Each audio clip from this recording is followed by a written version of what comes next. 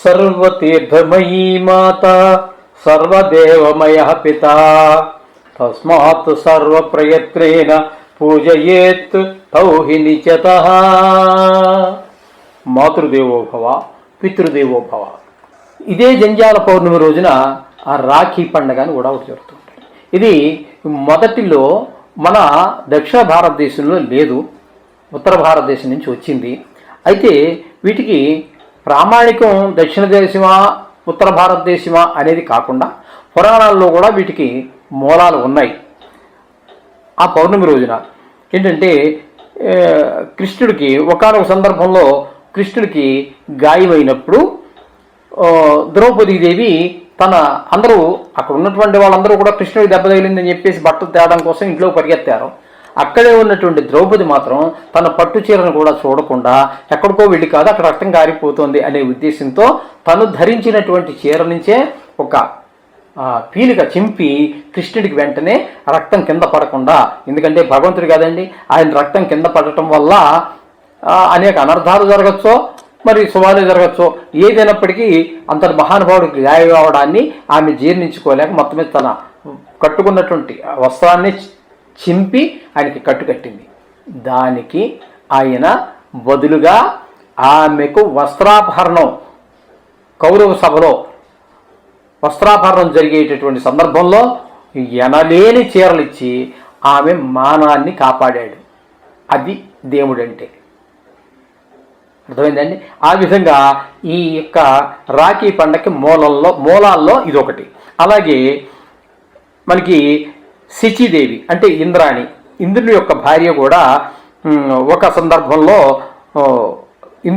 ఇంద్రుడికి గాయమైతే ఆ శచీదేవి కూడా ఇంద్రుడికి ఈ విధంగానే కట్టడం జరిగింది. ఇది మనకి పురాణంలో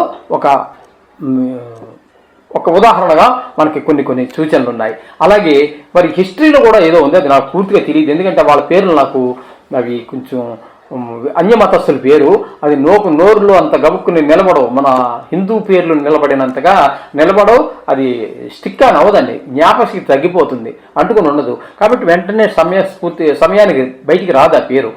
మొత్తం మీద యుద్ధంలో మన వాళ్ళు ఎవరో ఓడిపోయేటటువంటి పరిస్థితి వస్తే ఆ ఆయన భార్య వెళ్ళి ఆ ముస్లిం రాజుకి ఈ యొక్క రాఖీ అంటే రక్షాబంధనం అంటారండి దీన్ని. ఒక అన్నకి కానీ తమ్ముడికి కానీ అక్క కానీ సోదరి, అక్క కావచ్చు చెల్లి కావచ్చు, వీళ్ళు కట్టడం అనమాట. అంటే దాన్ని కట్టడం ద్వారా నీకు నేను రక్ష అని అర్థం అనమాట. ఆ అన్నో తమ్ముడో ఆవిడికి రక్ష అవుతాడు ఆ అమ్మాయికి. దీన్ని అసలు యాక్చువల్గా ఈ రాఖీ అనేటటువంటి రక్షాబంధనం అని చెప్పేసి మనకి పేరు. ఈ రక్షాబంధనం కట్టడం ద్వారా ఆయన మన యొక్క సంస్కృతి కొంత తెలుసున్నవాడు కాబట్టి ఈ రాజుని చంపకుండా వదిలిపెట్టేశాడు. ఎలా చంపుతాడు మరి?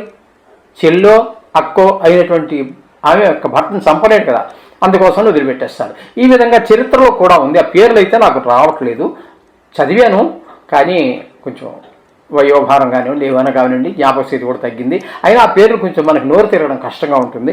అంచేత ఈ విధంగా 3 కనబడుతూ ఉంటాయి మనకి ఈ రాఖీ పౌర్ణమి రోజు.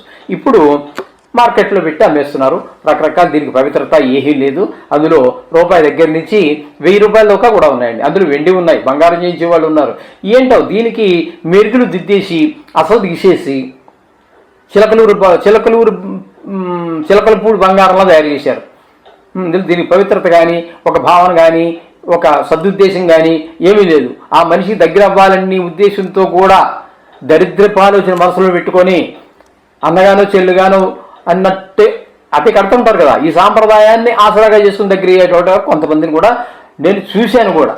అందు గురించి చెప్తున్నాను, తప్పుగా అన్యదా భావించవద్దండి, కళ్ళతో చూసిన దాన్ని చెప్తున్నాను. ఈ విధంగా దగ్గరయ్యి తర్వాత చేసినవన్నీ అప్రాచ్యపనులే, ఈ రకంగా తయారవుతూ ఉన్నారు మానవాళ్ళంతా కూడా. అంచేత ఈ రాఖీ పౌర్ణమి ఈ విధంగా మనం చాలా నిష్టలతోటి పవిత్రమైన భావనతోటి, ఆ భావన లేనప్పుడు నువ్వు బంగారం చేయించమని ఎక్కడైనా శాస్త్రంలో ఉందా? నువ్వు ఎందుకు చేస్తున్నావు? ఏదో కుళ్ళ ఆలోచన కాకపోతే వెండిది ఎందుకు చేస్తున్నావు? 5,000 పెట్టి 50,000 పెట్టి బంగారం ఎందుకు చేస్తున్నావు అంటే ఏదో కుళ్ళుద్దేశం నీకుంది. అంచేత వాటికి తావు ఇవ్వకండి దయచేసి. ఈ బంధాలను అన్న చెల్లి, అక్క తమ్ముడు, ఈ బంధాల్ని అంతే పవిత్రంగా కొనసాగించండి. ఈ మధ్య చాలా ఈ బంధాలని కూడా పైకి పిలిచేది ఒకటి చేసేది ఒకటి అన్నట్టుగా చాలా వినడానికి కష్టంగా ఉంది, చెప్పడానికి కష్టంగా ఉంది. ఇంత దౌర్భాగ్య స్థితిలోకి దిగజారిపోతుంది మన జనావళి అనేటటువంటిది చెప్పడానికే నూరు రాకుండా ఉంది. అందుచేత అటువంటి చెడు ఆలోచనలు పెట్టుకోకండి. మంచి సహృదయతో ఉండండి. మనకంటే పెద్దావిడైతే కన్న తల్లిగా భావించండి. మిగతా స్త్రీలైతే అక్కగానో చెల్లిగానో భావించండి. కానీ నీ భార్యను మాత్రమే భార్యగా చూడండి. తప్పితే ఇంకా ఏది కనీసం నోటితో కూడా ఆవిడ లావుగా ఉంది, ఈవిడ సన్నగా ఉంది, ఇలాంటి దౌర్భాగ్య మాటలు కూడా మాట్లాడడం, ఆవిడ పళ్ళెత్తుగా ఉన్నాయి, ఇలాంటి వర్ణనలు కూడా ఏమి చేయకండి. అది కూడా శాస్త్రం చెప్పింది. అనిర్వర్ణ్యం పరకళత్రం. పరకళత్రం అంటే ఇతరుల యొక్క భార్య. అనిర్వర్ణ్యం అంటే వర్ణింపకూడదు. లావుగా ఉన్నాయి, సన్నగా ఉన్నాయి, పళ్ళు ఎత్తుగా నీకేమి నొప్పి? ఆవిడ లావుగా ఉంటే నీకేమి నొప్పి? నువ్వేం పెట్టట్లేదు కదా. ఆవిడ సన్నగా ఉంటే ఇంకొంచెం బలం కోసమైనా 4 హార్లిక్స్ సీసాలు 4 బూస్ట్ సీసాలు ఏమైనా కొనిస్తావు నువ్వు? లేదు కదా. ఆ రూపురేఖలతో నీకేం పని అసలు? ఏ విధంగానూ వర్ణించొద్దు.